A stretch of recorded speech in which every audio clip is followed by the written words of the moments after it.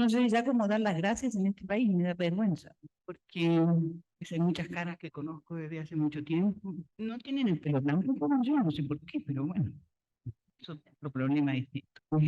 Yo quiero que todos los que no saben quién soy, que nos vemos por primera vez, entiendan que esta es mi casa, ¿sí? No sé si para bien o para mal de ustedes, pero bueno, para mí es muy importante. Yo no sé si voy a hablar de la inspiración en realidad, creo que no. A lo mejor les inspiran los disparates que voy a decir a continuación, pero eso es otra historia. Porque a mí, y después que escribí esto, que lo hice en mi casa en Chile, y después de las sesiones de ayer, se me hace cada vez más importante hablar de lo que voy a hablar.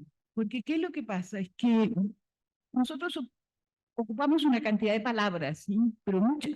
Con esas palabras pasa algo raro, porque la gran mayoría de esas palabras atraviesan océanos, mar, y no necesariamente nacen por estos lados, sino que vienen de otros. Entonces, a veces hay parte de los significados de esa palabra que o se caen en la mitad del Océano Pacífico o se caen en la mitad del Océano Atlántico y quedan las palabras a medias. Entonces, las palabras no quieren decir lo mismo a todos lados. Y porque además esas palabras, por ejemplo, ser maestro aquí en Colombia, en Argentina, en Brasil mismo y en el Uruguay, no es lo mismo que ser maestro en Chile, porque ninguno de esos cuatro países aceptó el modelo que le vendió la OEA en 1962 a los países latinoamericanos de transformar la escuela pública en su primary y middle school y hacer una escuela básica de 8 grados. El único país que lo hizo fue Chile. Entonces, los maestros chilenos no son maestros, son profesores. ¿Verdad? Para nosotros hablar de maestros es muy importante. Y yo produzco tanto cada vez que en Chile abro la boca y hablo de los maestros. Porque yo soy maestra, para partir. Después viene todo lo demás. Pero yo soy maestra de escuela. Y enseñé en la escuela. Entonces, cuando uno habla de estas cosas, o sea, no es lo mismo, ¿sí? Y hablar es la misma palabra, pero no es lo mismo, no tiene la misma práctica, sobre todo, tiene prácticas distintas en unos y otros lugares. Y otro problema que nosotros tenemos, y a mí me preocupa mucho, es que, y justo Nicolás que hablábamos de don Gregorio, aquí estaba citado don Gregorio, fíjate tú, que Gregorio Weinberg, que para muchos de nosotros es un personaje más que importante, porque fue el primero que dijo que lo que teníamos que pensar era en el sistema educativo, no solo de cada paisito, no, sino de manera global en América Latina, y yo sigo pensando que es una tarea por hacer. Por ejemplo, nosotros podríamos, así como tarea la pasada, y siguiendo a don Gregorio sabiamente, es escribir un diccionario de términos para América Latina, con los significados que se han impuesto en cada lugar. Porque no tenemos. Entonces, cada vez que uno se pone a escribir, tiene que andar mirando de aquí, de allá, para acá, para allá, y sí, juntando papeles para aquí, para allá, para saber qué quieren decir las cosas. Porque para mí el problema fundamental, aquí hay unos términos que han tenido una trayectoria de esas raras, porque yo la primera vez que escribí sobre esto fue en 1994, y no miremos el calendario porque es súper pesado. Y en 1996, la misma conferencia que yo dicté aquí en Manizales, no, en Manizales no, en Antioquia, eh, fue publicada en la revista que dirigía Alberto Echeverry de la Universidad de Antioquia. Entonces, ¿qué son los términos de qué entendemos por educación? Que todo el mundo habla de educación, pero ¿qué entendemos por equidad? ¿Qué entendemos por calidad? ¿Y qué entendemos por brecha? ¿Se dan cuenta? Nos hemos pasado 2 días hablando de brecha. Brecha para acá, para allá. ¿Sí? ¿Qué quiere decir? ¿De dónde viene? ¿Por qué se usa? La palabra educación es una vieja pelea maravillosa. Como ustedes saben, Eh, yo tengo unos vínculos maravillosos con una cantidad de gente que ha hecho grandes procesos de investigación en este país, pero nunca nos hemos puesto de acuerdo sobre qué quiere decir educación. Y para mí la educación, quizá por una historia de formación, es una institución social. Yo en ese sentido sigo a Dewey y sigo a los franceses como Ñalaré, que tiene un texto donde da cuenta de qué significa la educación como institución social, cuando habla de qué son las ciencias de la educación. Y para Ñalaré, las ciencias de la educación son la sociología de la educación, la historia de la educación, ¿sí? La economía de la educación, todo lo que dice de la son ciencias de la educación. No hay una ciencia de la educación única como promueven los suizos, ni una ciencia de la educación única de la cual hablaba Durkheim cuando inauguró su cátedra en la Sorbonne. Entonces, para mí, la educación es una institución social y a mí lo que dice Dewey en el primer capítulo de Democracia y Educación me parece una definición súper clara y una historia súper clara, porque el desarrollo y la división social del trabajo de los seres humanos acumula una cantidad de saberes, de prácticas, de conocimientos, que inicialmente podían ser transmitidas en la cotidianidad de la vida, porque tenían a los chicos al lado de los grandes.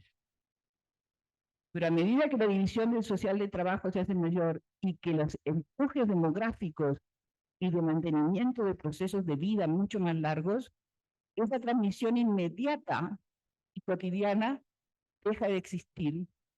Y es por eso que, y como dice el maestro Habermas, por interés y necesidad se arma una institución llamada educación, cuyo, cuyo eje fundamental es el proceso de transmisión de conocimientos, saberes y prácticas sociales. ¿Cuáles? Cada cual sabrá cuál. Pero es una institución que circula mundialmente, o sea, es algo que produce la sociedad, no es un invento del Ministerio de Educación.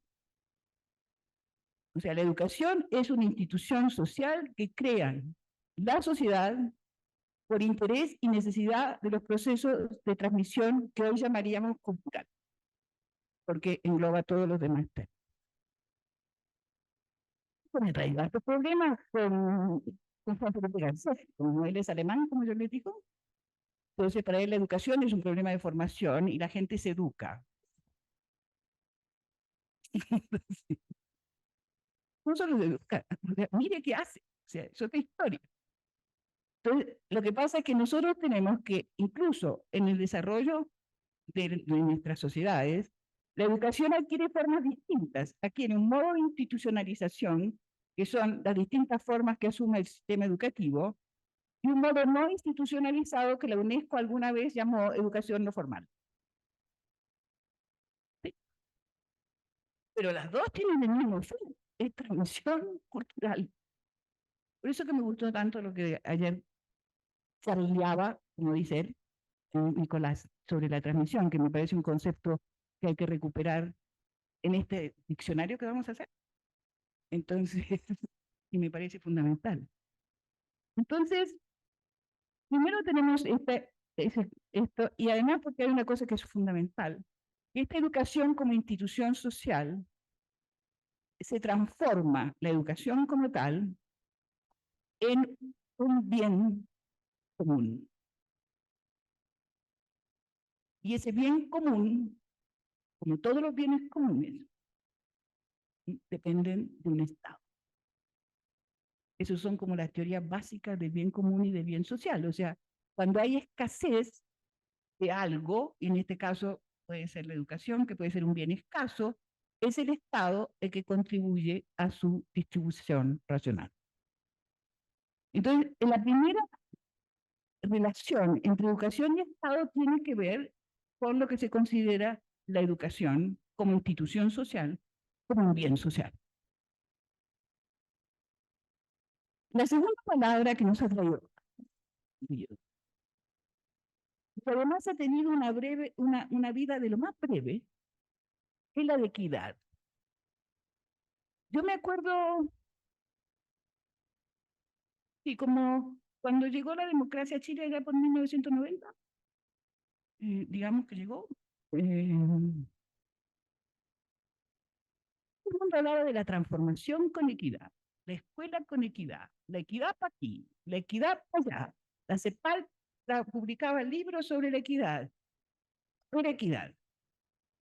Incluso que la equidad, o sea, el libro de la CEPAL fue escrito por alguien muy cercano a nuestra gente, por Fernando Fansilberg. Entonces, esta palabra empezó a culebrear. Ni una cosa para acá, ni una cosa para acá.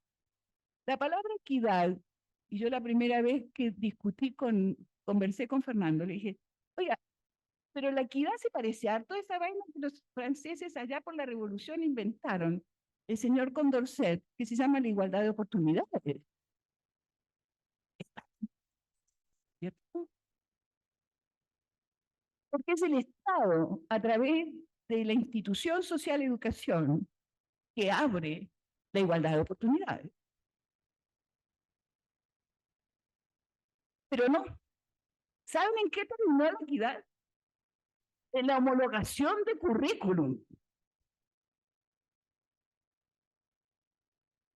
Como si eso realmente tuviera que ver con la igualdad de oportunidades. Que la igualdad de oportunidades es un concepto bien complejo que se contradice absolutamente con todas las teorías neoliberales entre las cuales nosotros vivimos. Porque hoy en día la institución de educación es una mercancía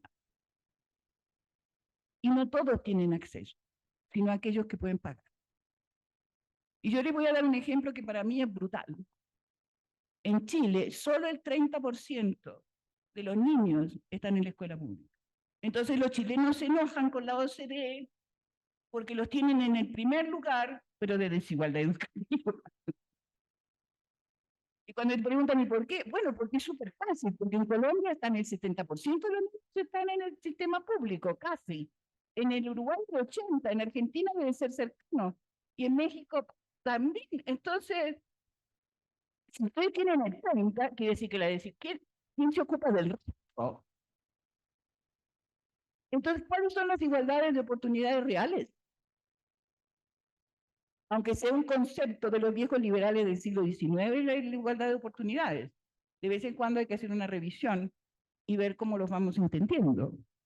Entonces, ¿por qué? Porque la educación, más bien la escolarización, que es lo que realmente está en juego en este momento, se transforma en un bien transable. Quien puede pagar, puede tener. Entonces, hoy tenemos un pequeño problema de ver qué hacemos con eso. Porque resulta que la igualdad de oportunidades está muy ligada a los procesos de obligatoriedad y gratuidad de los sistemas. Entonces, la igualdad de oportunidades es solo posible cuando hay gratuidad en el sistema. Y eso lo sabemos súper bien todos en todos nuestros países. ¿Mm? Entonces, porque hay países, cuando la gente me pregunta, pero la Universidad de Chile es gratis, ¿cómo se le ocurre? En 1981 en Chile no existen las universidades gratuitas, punto y raya, ninguna. Y no es que paguen como aquí de acuerdo a los ingresos y todo. No, no, no. Las universidades ponen sus precios todos los inicios de año. O sea, en el mes de diciembre se decretan los precios que tienen las carreras. Y como la Universidad de Chile, la Pontificia Universidad Católica de Chile, están entre los grandes estándares de las buenas universidades, las universidades más caras, obvio. La Universidad de Chile, para su historia, la fundó Andrés Bello, en todo caso. Para como un detallecito. Está sentado en la puerta de la Universidad de Chile. Entonces, sí. Entonces, ¿cómo nosotros transformamos las sociedades y todas estas viejas ideas que los economistas dicen que son antiguas y arcaicas de la igualdad de oportunidades se transforman en una ley de mercado?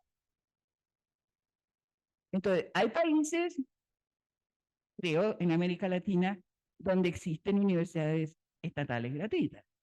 Este es uno de ellos, o nuestros también. el Uruguay y Argentina todavía mantienen un cierto estándar, creo que México también lo mantiene, pero Chile, olvídense. Y Chile resulta ser el modelito que les venden a todos, ¿no es cierto?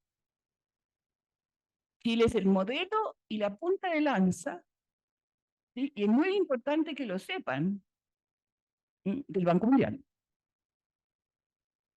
Las reformas educativas que se hicieron a partir de 1990 empezaron en Chile. Cuando comenzó la democracia, que le llaman.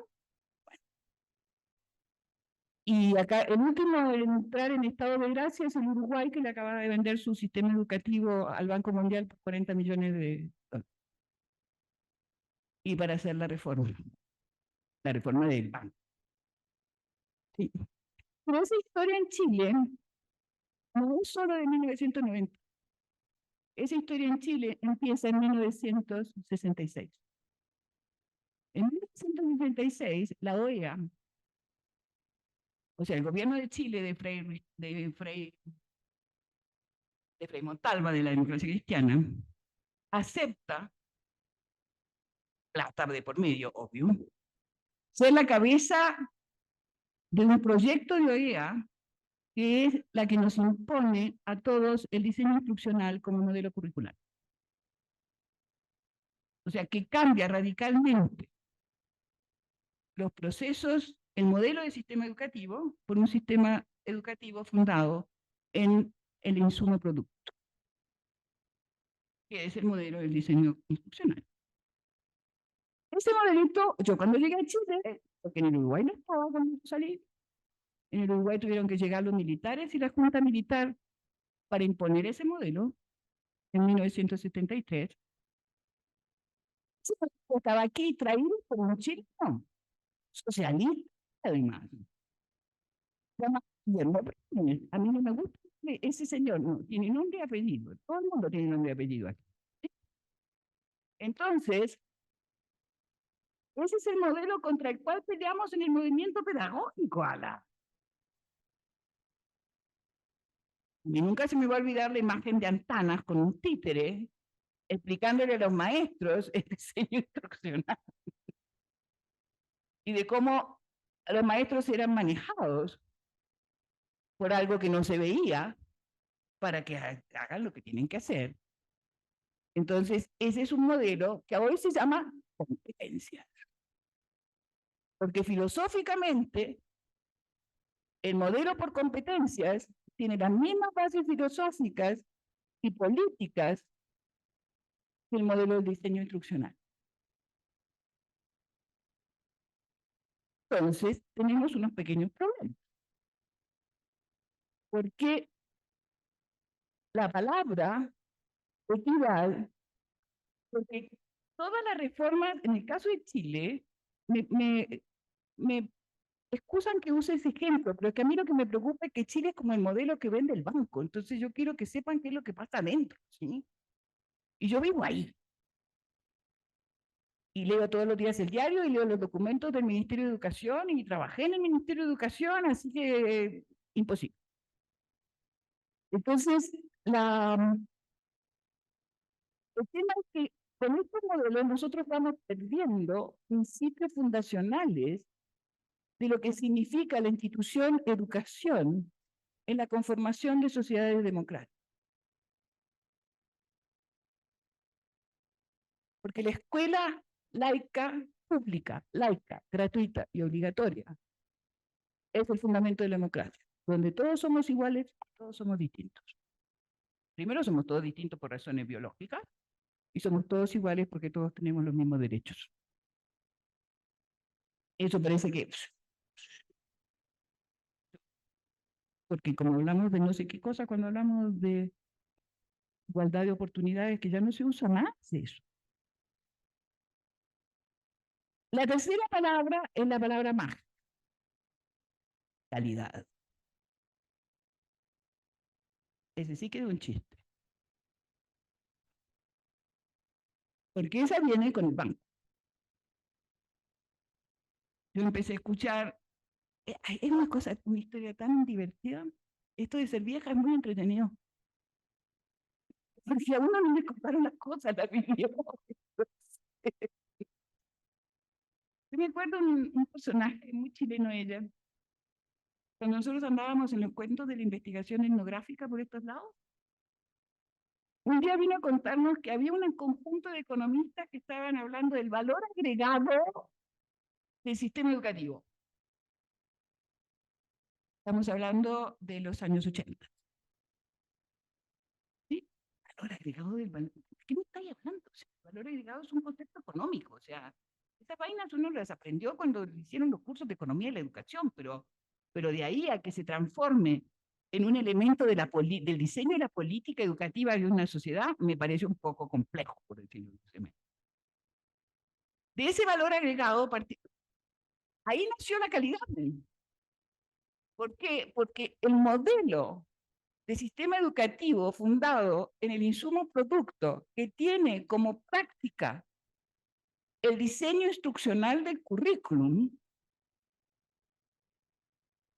que viene siempre acompañado de la palabra mágica evaluación, ¿sí? Es lo que estamos viviendo hoy. Entonces, como no tenemos suficientes instituciones, ¿cierto?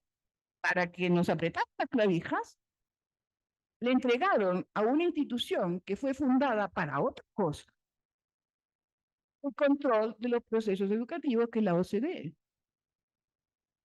La OCDE, sede de París, allá está, fue creada para controlar el uso de las plata del Plan Marshall después de la Segunda Guerra Mundial. Para eso fue creada. De golpe, inventaron que la OCDE podía ocuparse de cómo se invertían las platas del Banco Mundial en los sistemas educativos. Y apareció ese engendro llamado Program for International Student Assessment, o sea, el PISA. Lo divertido del caso es que la OCDE nunca definió qué quiere decir calidad. Pero son ellos los que le dicen a los países latinoamericanos que tienen que tener agencias de calidad y de aseguramiento de la calidad de la educación. Ahora, yo entiendo que vamos a asegurar si no sabemos qué es calidad. Y uno puede asegurar, yo puedo asegurar los anillitos de mi bisabuela, porque está aquí. Tiene una definición, una práctica, una realidad. Pero la calidad no tiene ninguna de esas cosas, no tiene ni práctica, ni realidad, ni nada que se le parezca. Eso es algo, es una especie de vaina que funciona en el mundo, en este mundo de las polisemias exóticas que usamos con las palabras, ¿sí? Por cual sometemos a los maestros. Yo, si fuera más joven, ¿me permite, profesor, usted que es de la FECOD? Armaría uno de mis buenos Winnes.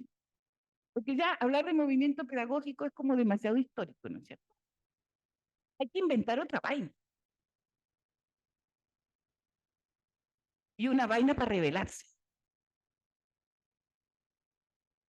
contra el aseguramiento de la calidad, para empezar. Después voy a extenderme sobre el tema. Porque llego a, a mi palabra favorita, cuando yo lo leí, el título me pareció. Y la palabra brecha. ¿Qué quiere decir brecha? Diccionario de la RAE Académica Española. O sea, brecha en castellano.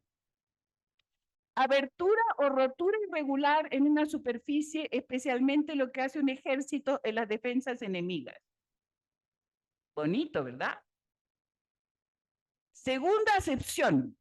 Herida en la cabeza normalmente alargada e irregular como las producidas por desgarro. Bonito, ¿no es cierto? Lo que pasa es que la palabra brecha que se usa en las instituciones internacionales es una traducción de la palabra gap en inglés. Y gap es discontinuidad. Discontinuidad puede ser una... Tesano, ¿por qué copiaste las vainas en inglés? Ahora te toca traducir. Es una discontinuidad, ya sea en el espacio, en un objeto o entre dos objetos. Es una discontinuidad o un intervalo entre dos situaciones. Entonces, estamos súper, ¿sí? Porque brechas de calidad, ¿qué quiere decir? Le estamos exigiendo a los maestros que hagan una tarea que no existe, porque no hay definición. Esto ya no es una pelea, no me voy a portar bien, no me voy a... Ustedes saben, porque pasa lo mismo con lo siguiente. Ustedes saben que en este maravilloso país hay un grupo de historia de la práctica pedagógica, ¿verdad? Que ya lo dije públicamente una vez cuando cumplieron 30 años, que existen porque la que aquí suscribe es la que aprobó el proyecto de Encochete, el proyecto original de Olga Lucía y Alberto. Que no entendí ni jota el proyecto, que quede claro, porque yo no soy fuconiana, ¿sí? Y el proyecto estaba escrito en fuconiano legítimo, entre los dispositivos, los que no sé qué, los no sé cuántos. Pero tenía una cosa maravillosa, juntaba a 4 universidades a trabajar en conjunto. Y eso en 1979, en esta maravilla de país, no había pasado nunca. Entonces dije, esta es la mía. Echemos para adelante y le dije a Álvaro Pantoja, que dirigía el Departamento de Educación de Conciencias en ese momento, le dije, vamos, yo firmo, eche para adelante. Porque esto está pasando una cosa muy importante, que es juntar gente de distintas partes de Colombia a trabajar en conjunto, bajo un propósito general bien interesante, era construir un archivo pedagógico. Las consecuencias de eso me han tocado a mí sobrevivirlas también, porque ellos tienen un problema con la palabra pedagogía, porque la palabra pedagogía es absolutamente polisémica y sus significados dependen de su origen cultural. Entonces, la palabra pedagogía, si viene del francés, quiere decir la capacidad de transmisión. Uno puede escuchar en cualquier radio francesa, y eso yo lo he escuchado con mis propias orejas, decir que el político fundamental, puede ser Macron, Jospin, no importa aquí, tienen una muy buena pedagogía, porque son capaces de comunicar sus ideas con claridad. La palabra pedagogy en inglés, ¿sí? La palabra pedagogy en inglés es lo que sucede en la escuela. Y la palabra pedagogy en alemán es una disciplina del espíritu que Dilthey denominó como ella, cuyo objeto de estudio es el Bildung, que quiere decir la construcción del sí mismo, porque al castellano se traduce por formación, y es una pésima traducción, porque en realidad la constitución del sí mismo no es solo formación, trasciende el concepto de formación.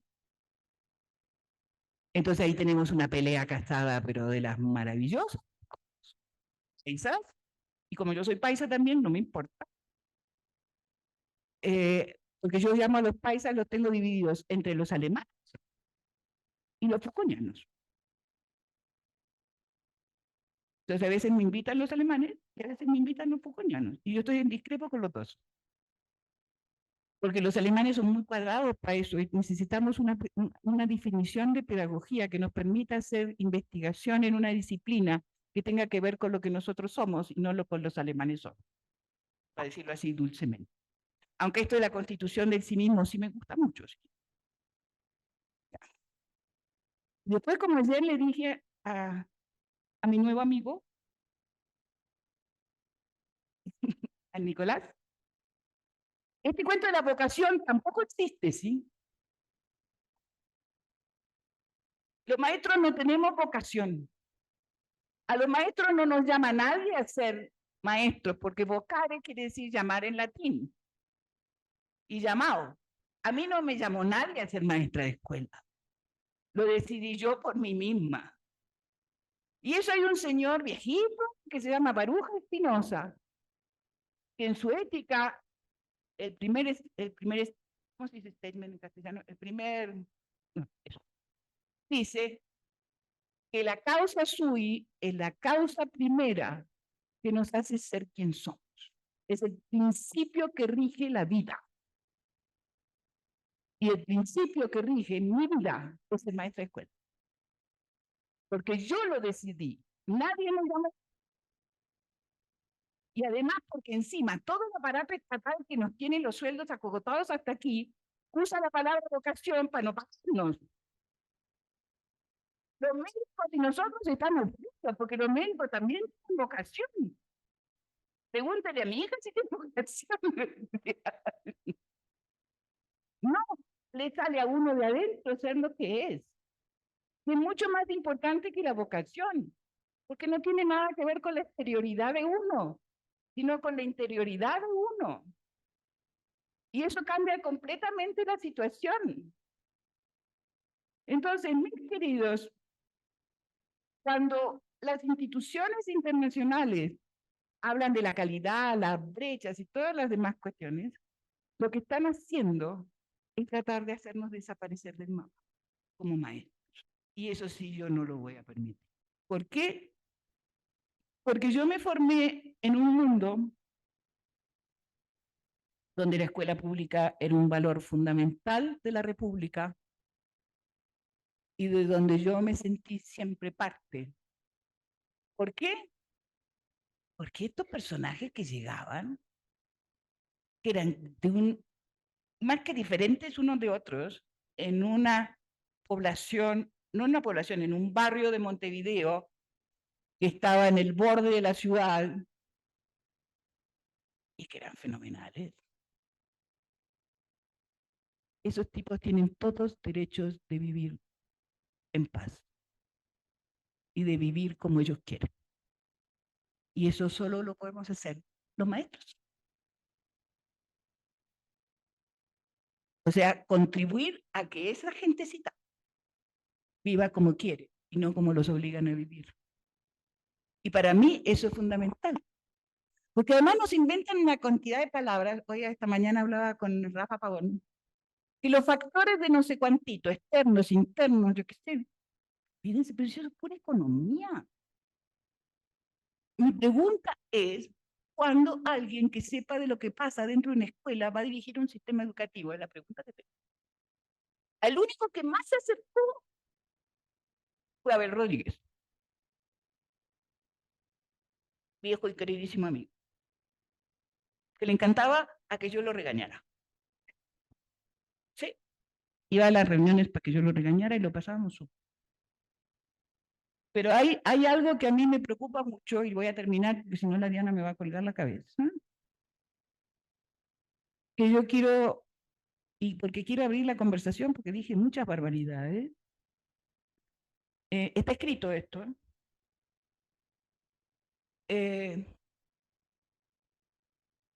Lo único que yo les puedo decir, como les dije creo que ayer, pero no me importa repetirme, es que para mí ser maestro es lo mejor que me ha pasado en la vida, ¿sí?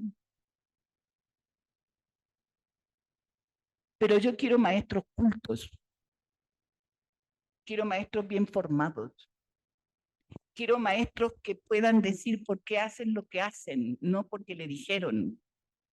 Quiero maestros que sepan inventar todos los días, aunque les parezcan disparates. Quiero maestros que sepan borrar el currículum oficial y hacer uno que tenga que ver y hablar de lo que tiene que ver con la vida de sus alumnos.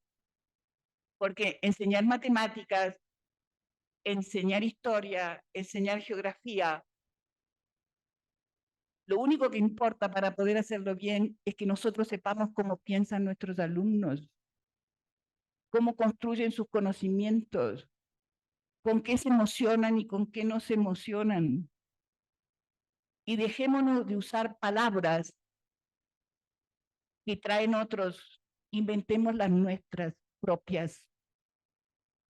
Si hay yo algo que rescato de las vainas que decía mi amigo Martínez Boom en la época del movimiento, la palabra es de los maestros y en el sistema educativo no se hace, ¿no? Los maestros no están de acuerdo. Pero para eso tengo que tener buena mente. Que no basta con salir a la calle a gritar, ¿saben?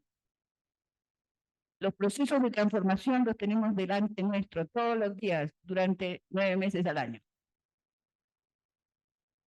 Y esa es la verdad del cuento. Aunque suene utópico, aunque dicen que yo soy una vieja tradicionalista, no me importa. La escuela para mí es eso, el mundo que sigue. Ya terminé, Diana. Muchas gracias, infinitas.